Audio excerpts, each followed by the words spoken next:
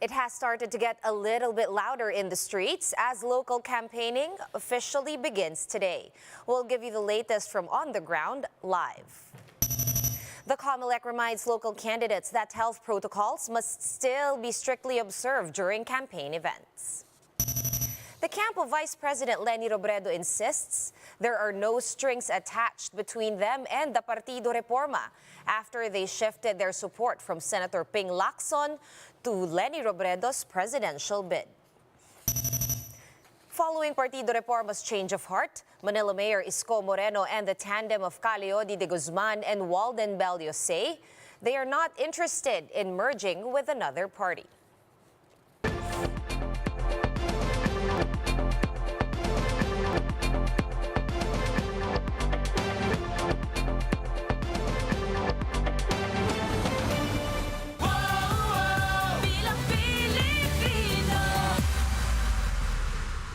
Fast, focused, and fearless. Here's everything you need to know just as you jumpstart your day.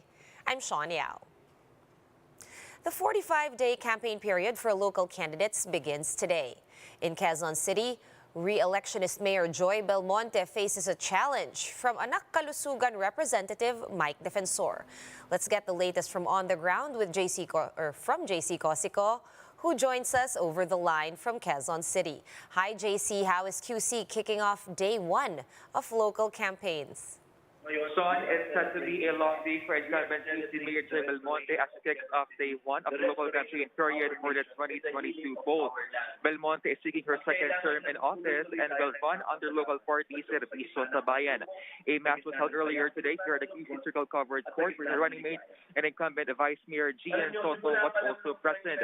Joining them as well were 5th District Congressman and actor Alfred Vargas, who will run as QC Councilor, and actor Arjo Ataide, who is running as 1st District Congressman. Hundreds of supporters in white joined the SVP's proclamation rally. This will be followed by series of motorcades in several QC districts. Among Belmonte's top contenders for the post is Anak Kalusugan Party List Congressman Mike Defensor.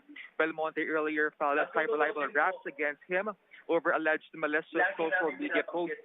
Belmonte is backed by PDP Laban, while Defensor is the candidate of the BBM Sara Uni team. Quezon City is among the country's largest cities in terms of population with over 1 million voters. Meanwhile, Defensor will have his proclamation rally tonight at 6 p.m. in Barangay Tatalon. He will run under the banner of Malayang QC. Sean? Thank you so much for that update. JC Cosico reporting to us over the line from Quezon City. And the COMELEC reminds candidates and their supporters that minimum health protocols must still be observed in their sorties and grand rallies. Recall that current COMELEC rules allow in-person campaigning in areas under alerts level 1 and 2, even without a permit from the COMELEC Campaign Committee. Venue capacity in areas under alert level 2 has also been raised from 50% to 70%, while venues under alert level 1 may be filled up to 100% capacity. COMELEC Commissioner George Garcia, though, said that this is no reason to completely forget basic health protocols like social distancing and the mandatory wearing of face masks. Hindi naman po nangangahulugan na tayo magiging isang super spreader o magkakaroon pa tayo ng super spreader event. Napakahirap po yun kasi isipin nyo, pag nagkaroon ng isang super spreader event na naandyan kayo, sa inyo po maisisisi yan. We'll be back with more stories after this quick break. Keep it here on One News.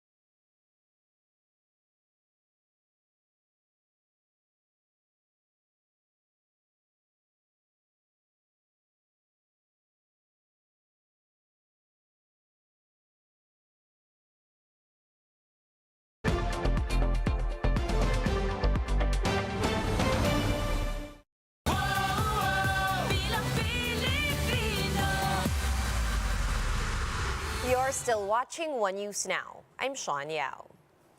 In a surprise move, Partido Reforma shifted alliances from its former chairperson Ping Lacson to Vice President Leni Robredo. Lacson claims that aside from choosing the more winnable candidate, the party's decision has something to do with issues on campaign funding. Mayan Los Baños with the full report. Today, I officially announce my resignation as chairman and member of Partido ng Demokratikong Reforma, which effectively makes me an independent candidate for the presidency in the upcoming... Senator Ping Lacson made the huge announcement on Thursday ahead of Partido Reforma's formal declaration that they will now be backing the presidential bid of Vice President Leni Robredo. Former Speaker Pantalon Alvarez revived Partido Reforma in 2020 after exiting PDP Laban. The party later on carried Lacson as its standard bearer. In a statement, the party said Robredo is a more realistic option at this point. But in an exclusive interview, Lacson said funding for local candidates was a turning point. Akala ko, believer sila sa principles ng party, sa ating advocacy. Pero kung ang pag-uusapan lang pala, dahil wala tayong maibigay na support, kasi ang laki ng hinihingi eh. Billion, sir? Almost a billion. So wala tayong ibigay. Let's tell them the truth. According to Lacson, this was when Alvarez said local candidates should be allowed to endorse other presidential bids, which did not sit well with Lacson. Despite that, Lacson said he has no ill feelings for the former speaker. I harbor no ill feelings towards you, and no matter how short-lived our alliance may be, I will keep praying for you and your families. Though Lacson will no longer be running under the party, the COMELEC said they could not tag him as an independent candidate since they would have to go by his certificate of candidacy. For now, what is clear is that Lacson will continue with his presidential bid. Matagal na nila ako inabandon. Lacson's running mate Senate President Tito Soto was surprised with the turn of events, but maintained that nothing will change with his partnership with Lacson. Perhaps that would be the best thing to do as far as my presidential candidate is concerned, because there was no formal or alliance forged anyway. The Lacson-Soto tandem continues to receive endorsements, most recently from the Maranao Employees Business Association.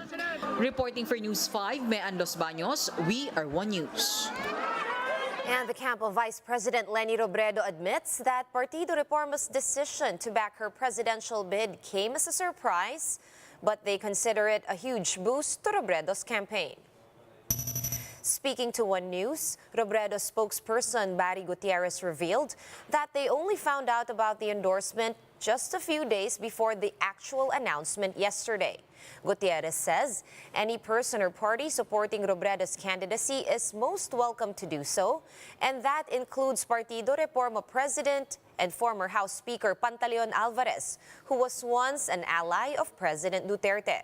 Robredo's camp also notes that there was no indication of bad blood between Alvarez and presidential candidate Senator Ping Lacson, who resigned as the party's chairperson just hours before it shifted its allegiance. Gutierrez says they are expecting more leaders and sectors coming forward to support Robredo's presidential bid in the remaining days of the campaign. 46 days is an eternity in electoral politics. So a lot of things can happen.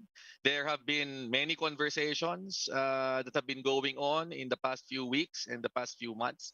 And hopefully, some of them will bear fruit in the form of more officials coming forward to support VP Leni. As Speaker Alvarez mentioned, she has momentum at this stage of the campaign.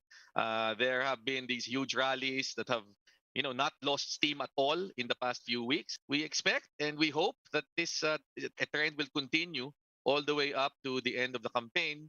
Just enough time for her to be able to win the elections on May 9th. Meanwhile, Manila Mayor Isko Moreno's camp has no plans of merging with any other candidates, at least for now. This was confirmed by Moreno's campaign manager Lito Banayo in an interview with 1PH's Sa Totoo Lang. Banayo revealed that Partido Reforma's Pantaleon Alvarez urged them to support the presidential bid of Vice President Robredo even prior to yesterday's announcement. Sinabi nga niya na yun daw consensus mula sa kanyang mga mayor doon sa Davao del Norte ay nais nga na mag-switch na to Lenny, pero ang dadalhin pa rin nilang Vice President ay si Senate President Tito Soto. So inaasahan ko lang, hindi ko lang naitanong kung kailan nila gagawin. Wala kaming ganung movement at all, and we do not plan to shall we say, merge with any of the candidates at this point. In the same program, Vice Presidential candidate Walden Bello also said that they have no plans of backing out of the elections. This is despite talks of a merger in order to beat the BBM-Sara unity. Ang posisyon namin at this point is it hasn't changed that we will go all the way. Sa tingin namin, we'll be able to get our message across during that period. And here are the stories to watch out for later today. The Makabayan Bloc will be filing a complaint before the COMELEC after incidents of their candidates being red tagged. The Energy Department is set to conduct random inspections at different gasoline stations to check on the quality and quantity of petroleum products. And we'll take a look at the preparations for this year's Panagbangaw Festival in Baguio City ahead of its Grand Fluvial Parade on Saturday.